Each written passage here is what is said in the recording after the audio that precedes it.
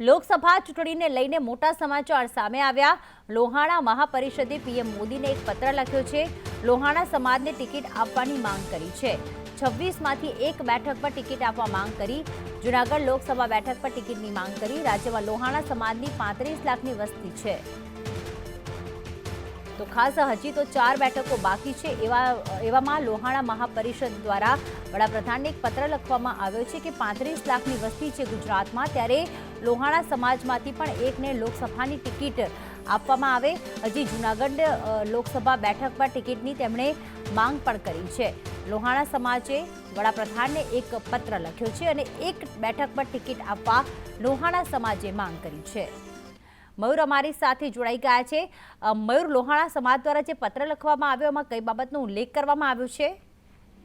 બિલકુલ, લોકસભા ચૂંટણીને લઈને મોટા સમાચાર જે છે તે સામે આવી રહ્યા છે। લોહાણા મહાપરિષદ દ્વારા પ્રધાનમંત્રી નરેન્દ્ર મોદી જે છે તેમને પત્ર લખવામાં આવ્યો છે। ઉલ્લેખનીય છે કે ભાજપમાંથી 26માંથી એક બેઠક પર લોહાણા સમાજને ટિકિટ આપવામાં આવે તેવી માંગ જે છે તે કરવામાં આવી છે। જૂનાગઢ લોકસભા બેઠક પર લોહાણા સમાજમાંથી ટિકિટ આપવામાં આવે તેવી માંગ ઉઠી છે। ઉલ્લેખનીય છે કે હજુ પણ લોકસભાની ટિકિટો જે જાહેર થઈ છે તેમાં જૂનાગઢની ટિકિટ ઉમેદવાર જે છે તે હજી જાહેર કરવામાં નથી આવ્યા, ત્યારે જૂનાગઢ લોકસભા પર બેઠક પર લોહાણા સમાજ ઉતારવામાં આવે તેવી માંગ જે છે તે કરવામાં આવી રહી છે। ત્યારે રાજ્યભરમાં લોહાણા સમાજમાં 35 લાખની વસ્તી ધરાવે છે, ત્યારે તેમને લઈને આ એક ટિકિટ જે છે તેમને આપવામાં આવે તેવી પીએમ મોદી પાસે માંગ કરવામાં આવી છે। આભાર મયુર તમામ વિગતો માટે।